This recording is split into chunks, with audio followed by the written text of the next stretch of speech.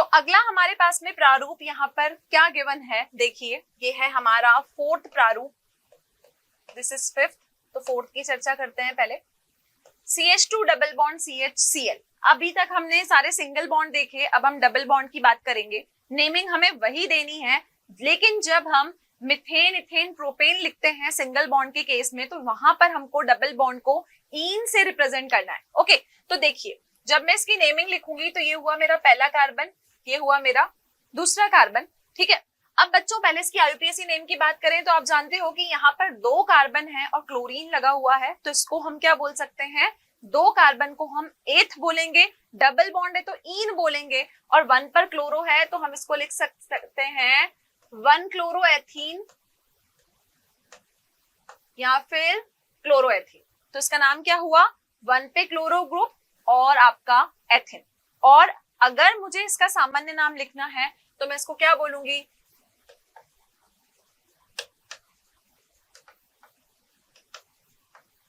Clear. तो ये हो गया विनाइल क्लोराइड इसका सामान्य नाम, और 1 क्लोरोएथीन हो गया इसका कौन सा नाम, इसका IUPAC नाम, क्लियर। चलिए अगला उदाहरण है CH2 double bond CH CH2Br। अब हमें पता है कि जब हम इस प्रारूप की नंबरिंग करेंगे तो हमेशा हमें ब्रोमीन को अब नहीं देखना है, हमें पहले डबल बॉन्ड को यहाँ पर प्रायोरिटी देनी है। तो अगर हम डबल बॉन्ड को प्रायोरिटी देते हैं तो मुझे इसको लिखना पड़ेगा 1 नंबर, इसको 2 और इसको 3, ठीक है। अब अगर मैं इसके IUPAC नेम की चर्चा करूं तो आप देखोगे 3 पोजीशन पे ब्रोमो है, तो मुझे लिखना पड़ेगा इसको 3 ब्रोमो, ओके। और कितने यहाँ पर कार्बन है, मेथ, एथ, प्रोप, तो 3 कार्बन को मुझे लिखना पड़ेगा प्रोपीन, तो इसका नाम हुआ 3 ब्रोमो प्रोपीन। और 1 पे डबल बॉन्ड है तो हम उसको सिंपली प्रोपीन भी लिख सकते हैं और प्रोप 1 इन भी लिख सकते हैं, दोनों ही बातें हमारी यहाँ पर सही है। तो इसका नाम होगा 3 पे ब्रोमो, क्योंकि 3 कार्बन है तो मेथ, एथ, प्रोप, तो ये हुआ प्रोपीन, ओके। अब क्योंकि ये structure CH2 double bond CH2 है तो हम इस स्ट्रक्चर को विनाइल न कह के अब क्या कहेंगे, हम इसको बोलेंगे अलाइल ब्रोमाइड। क्या कहेंगे इसको, अलाइल ब्रोमाइड। तो इस स्ट्रक्चर का नाम क्या होगा बच्चों, ये स्ट्रक्चर आपका कहलाएगा अलाइल ब्रोमाइड, क्लियर। चलिए अब यहाँ पर हमें कुछ और प्रारूप भी यहाँ पर दिए हुए, उन प्रारूप की हम चर्चा करते हैं।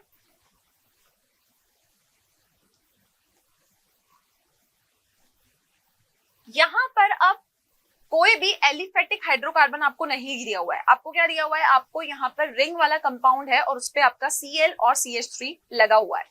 तो देखो जब हम इसकी नंबरिंग देंगे तो हम इसको नंबरिंग कैसे देंगे,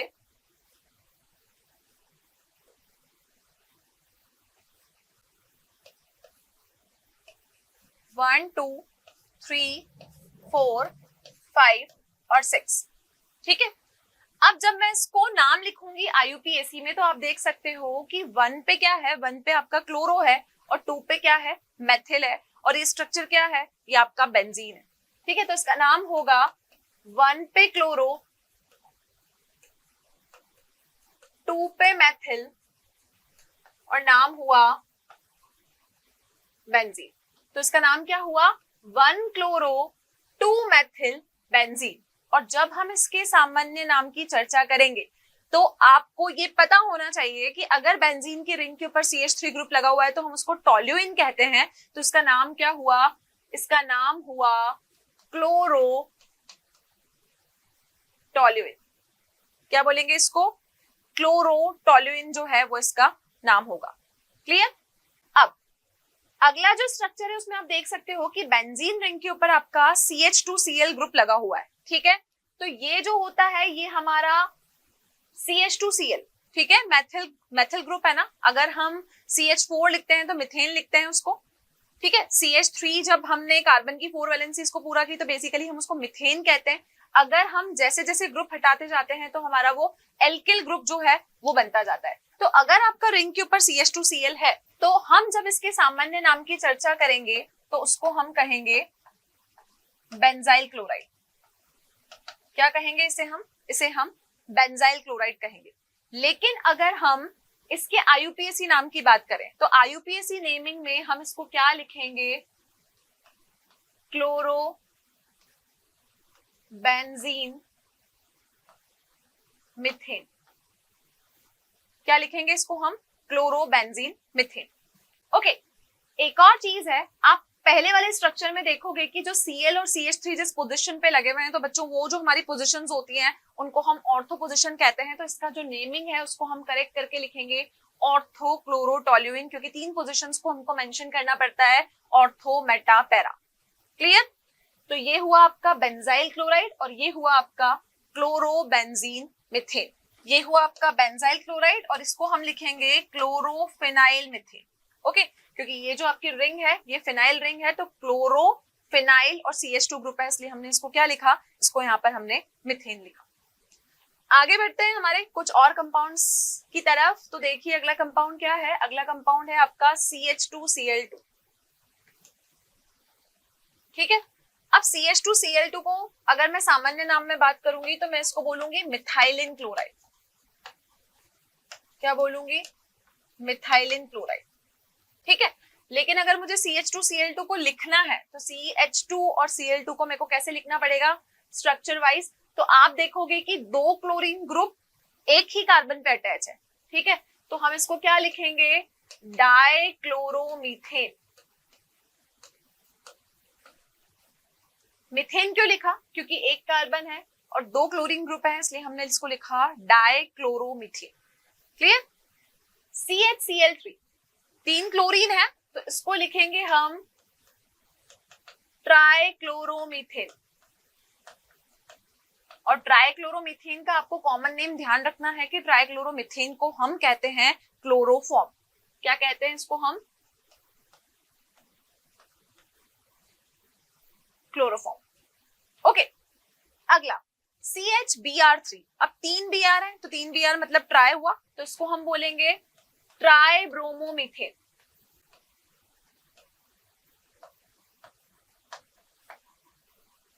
ट्राइब्रोमोमीथेन और ट्राइब्रोमोमीथेन जो होगा, अब ये क्लोरोफॉर्म था तो इसको हम क्या बोलेंगे, ये हमारा कहलाएगा। चलिए बच्चों, तो अब कुछ और IUPAC नेम्स की हम बात करते हैं। ये लास्ट 2 क्वेश्चंस हमें यहाँ पर और गिवन है। तो देखिए यहाँ क्या लिखा है, CCl4। CCl4 का मतलब कितने क्लोरीन है, यहाँ पर 4 क्लोरीन है। 4 क्लोरीन है, इसका मतलब मुझे इसको लिखना पड़ेगा टेट्राक्लोरोमीथेन। टेट्रा क्यों लिखा? टेट्रा मतलब 4।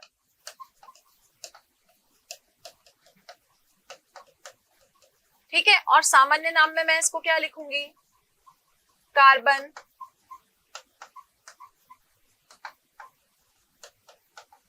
टेट्राक्लोराइड। तो ये हो गया कार्बन टेट्राक्लोराइड और ये हो गया आपका टेट्राक्लोरोमीथेन।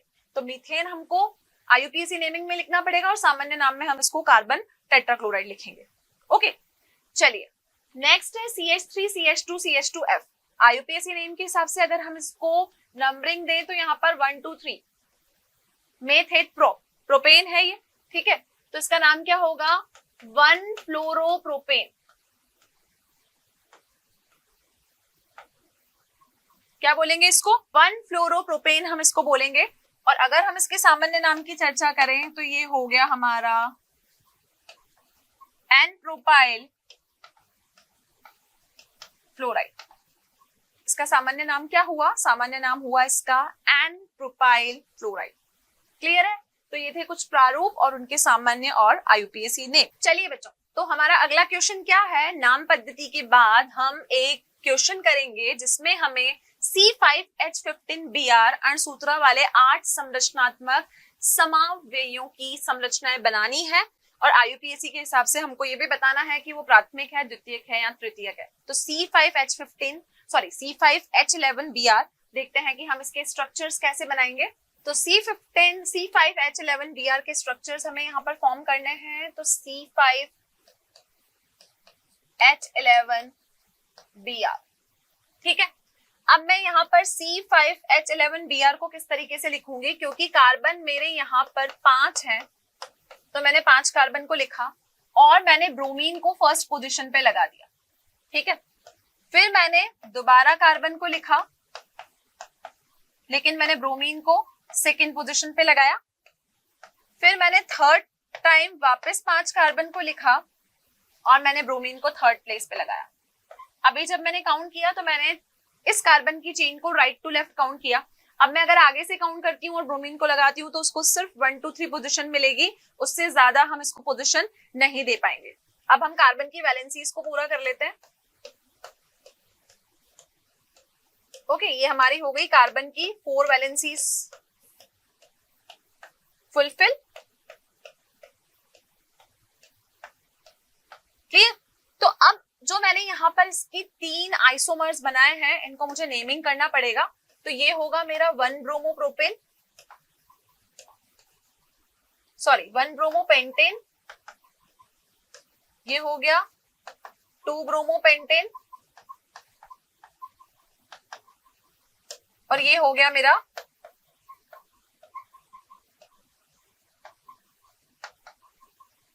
3 ब्रोमोपेंटेन।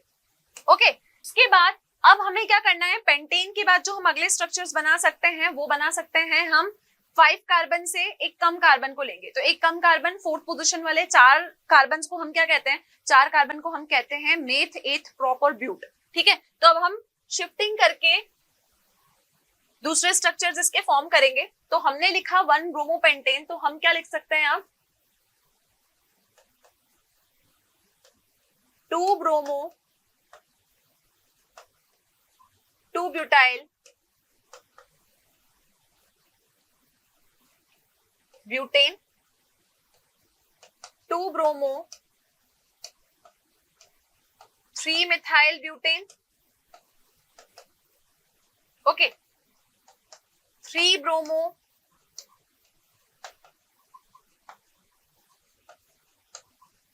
2 मिथाइल ब्यूटेन,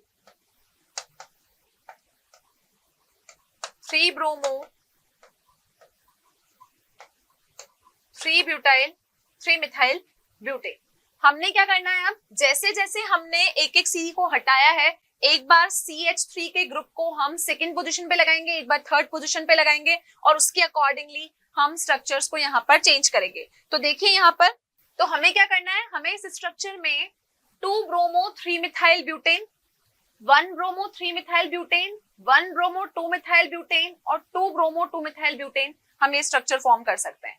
अब अगर मेथ, एथ, प्रोप, ब्यूट, ये हमने 4 कार्बन से किया, पहले हमने पेंटेन के स्ट्रक्चर्स लिए थे, तो ये हो गए हमारे पास में 1 2 3 4 5 6 7 स्ट्रक्चर। एक और स्ट्रक्चर हम इसका फॉर्म कर सकते हैं 1 ब्रोमो 2 2 डायमिथाइल, और एक और कार्बन को हम कम करेंगे तो 3 कार्बन को हम प्रोपेन कहेंगे, तो वो स्ट्रक्चर भी हम इसका फॉर्म कर सकते हैं। तो देखिए अब आपका 2 ब्रोमो 2 मिथाइल ब्यूटेन आपका कैसे बनेगा स्ट्रक्चर, मेथ, एथ, प्रोप, ब्यूट। हमने कार्बन को कर दिया 4, है ना, यहाँ पर हमारे 5 कार्बन थे, 2 पे हम ब्रोमो को ले गए, 2 पे हमने ब्रोमो को ले लिया, और 3 वाले कार्बन पे हम मिथाइल को ले गए, अगर हमने नंबरिंग ऐसे दी। तो ये हो गया 2 bromo 3 methyl butane. Similarly 1 bromo 3 methyl butane करेंगे तो ब्रोमो 1 पे आ जाएगा और मिथाइल 3 पे आ जाएगा। 1 ब्रोमो 2 मिथाइल करेंगे तो 1 पे ब्रोमो आ जाएगा, 2 पे मिथाइल आ जाएगा। हम सिर्फ ब्रोमीन और मिथाइल की पोजीशंस को चेंज कर पा रहे हैं। 2 ब्रोमो 2 मिथाइल करेंगे तो यहाँ पर 1 2 3 4, ठीक है, 2 पे ही ब्रोमो और 2 पे ही हमने क्या लगा दिया, मिथाइल लगा दिया। तो ये हमारे पास में टोटल इसके 8 आइसोमर्स हमने यहाँ पर C5H11Br के यहाँ पर हमने फॉर्म किए। तो यहाँ पर जो हमने 2 ब्रोमो 3 मिथाइल स्ट्रक्चर बनाया, 2 पे ब्रोमो 3 पे मिथाइल, ओके, तो ये हो जाएगा हमारा 2 डिग्री वाला। जहां पर हम 2 ब्रोमो 2 मिथाइल बनाया वहां पे जो स्ट्रक्चर बनेगा वो बनेगा हमारा 3 डिग्री वाला, ठीक है। और उसके अलावा अपार्ट फ्रॉम दैट हमारे जितने भी स्ट्रक्चर्स बनेंगे वो सब कैसे बनेंगे, 1 डिग्री कार्बन वाले बनेंगे। क्लियर? तो C5H11Br के स्ट्रक्चर्स हम इस तरीके से फॉर्म कर सकते हैं, क्योंकि 5 कार्बन है तो हमें पेंटेन लेना है, उसके बाद हमें एक एक कार्बन को कम करके उसको मिथाइल के रूप में हमें कार्बन की चेन में उसको जोड़ते हुए चले जाना है। क्लियर? चलिए, हमारा अगला जो टॉपिक है वो है CX आबंध की प्रकृति। अब बच्चों आपको पता है कि CX आबंध बहुत बार मैं बात कर चुकी हूँ। C मतलब कार्बन की श्रृंखला, X मतलब हेलोजन। हमें जानना है कि इस CX आबंध की प्रकृति कैसी होती है।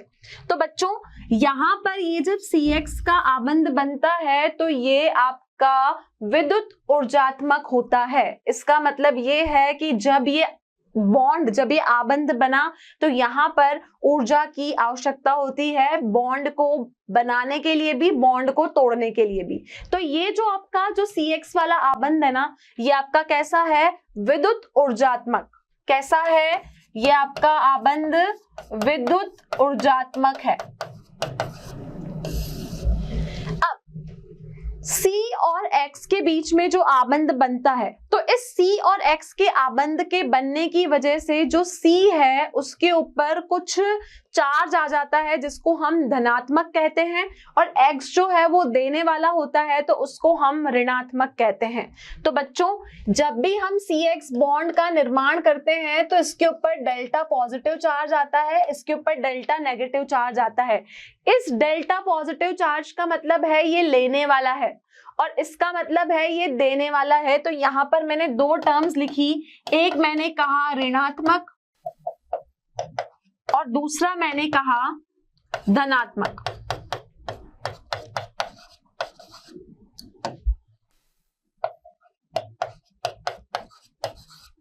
तो यहाँ पर दो चीजें हुई, ऋणात्मक और धनात्मक। तो C और X का जो आबंध बना है वो विद्युत ऊर्जात्मक है। आप देखा आपने, विद्युत ऊर्जात्मक मतलब ये है कि यहाँ पर जब बॉन्ड बनेगा या जब बॉन्ड टूटेगा तो ऊर्जा की आवश्यकता होगी।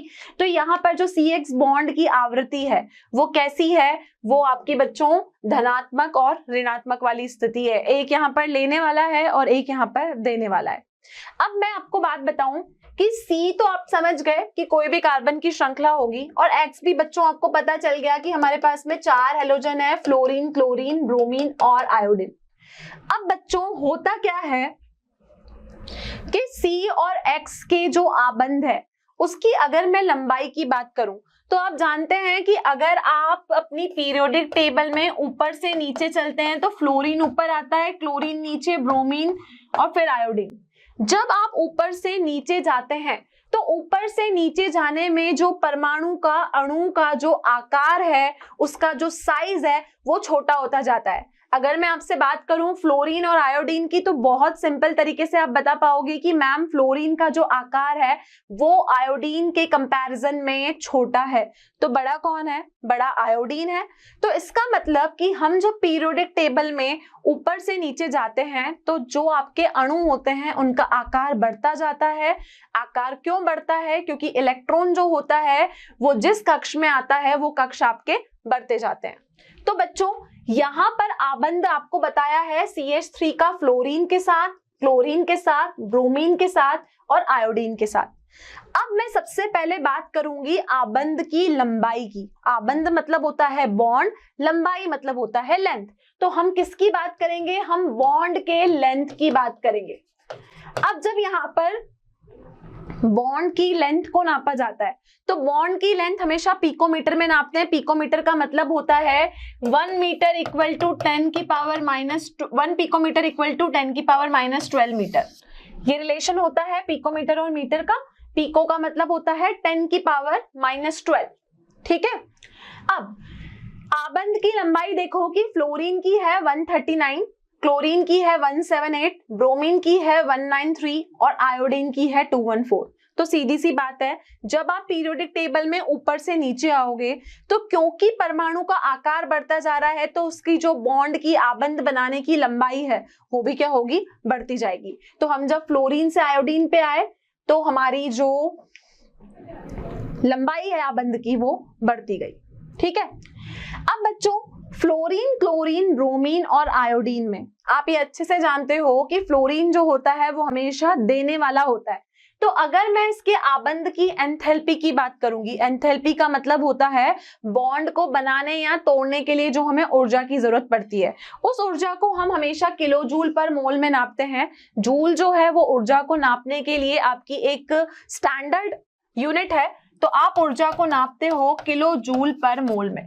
तो ऊर्जा यहाँ पर है 452, 351, 293 और 234। तो जब हम ऊपर से नीचे आए तो देखिए बॉन्ड के लिए जो एंथैल्पी थी, जो एनर्जी थी, जो ऊर्जा थी वो कम होती जा रही है। इसका मतलब ये है कि फ्लोरीन जो कार्बन के साथ बॉन्ड बनाता है, आबंध बनाता है, उस बॉन्ड के लिए आपको अधिक ऊर्जा की आवश्यकता है। कंपैरिजन में आयोडीन के। तो हमें दो चीजें यहाँ पर ध्यान रखनी है कि जब हम फ्लोरीन से आयोडीन चलते हैं तो अणु का जो आकार होता है वो बड़ा होता जाता है, तो उसकी जो आबंध बनाने की लंबाई है वो भी बढ़ती जाएगी। लेकिन अगर लंबाई बढ़ती है तो उसके लिए आपको जो CX आबंध की ऊर्जा चाहिए वो ऊर्जा C की F के साथ ज्यादा है एज कंपेयर टू C की I के साथ। क्लियर है?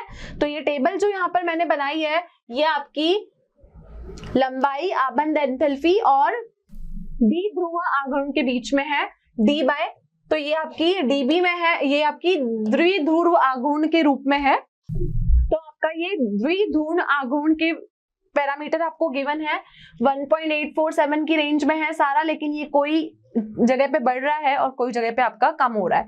तो आपको इन दोनों पैरामीटर्स को अच्छे से ध्यान रखना है, लंबाई और ऊर्जा को। और आपको एक और इंपॉर्टेंट चीज यहाँ ध्यान रखनी है कि जब भी C और X के बीच में आबंध बनेगा तो इसके ऊपर जो धनात्मक आएगा वो कार्बन के ऊपर आएगा और ऋणात्मक जो आएगा वो हेलोजन के ऊपर आएगा, और इसी की वजह से इसके ऊपर धनावेश जो होगा एक आपका ऋणात्मक और एक आपका धनात्मक। क्लियर है? तो बच्चों इसको आप बोलते हो आवेश, ऋणात्मक और धनात्मक, जब C और X के बीच में आबंध बनता है। तो ये था CX आबंध की प्रकृति के बारे में बहुत ही इंपॉर्टेंट कॉन्सेप्ट। तो आज का लेक्चर हमारा यही खत्म होता है, और आज के लेक्चर में हमने अपनी नाम पद्धति को बहुत ही क्लियर वे में पढ़ा और CX आबंध की प्रकृति के बारे में भी जाना। आई होप आज का लेक्चर आप सभी को क्लियर हुआ। अगले लेक्चर में हम फिर मिलेंगे नए कॉन्सेप्ट के साथ। तो अगर आपको इससे रिलेटेड जो भी आपकी DPP है, कोई भी आपको डाउट्स है या कोई भी आपको स्टडी मटेरियल की आवश्यकता है, तो आप मोशन लर्निंग ऐप को डाउनलोड करके आसानी से वहां से प्राप्त कर सकते हैं। तो बच्चों हम फिर मिलेंगे अगले अध्याय में कुछ नए टॉपिक्स के साथ। तो तब तक के लिए thank you so much, have a wonderful day.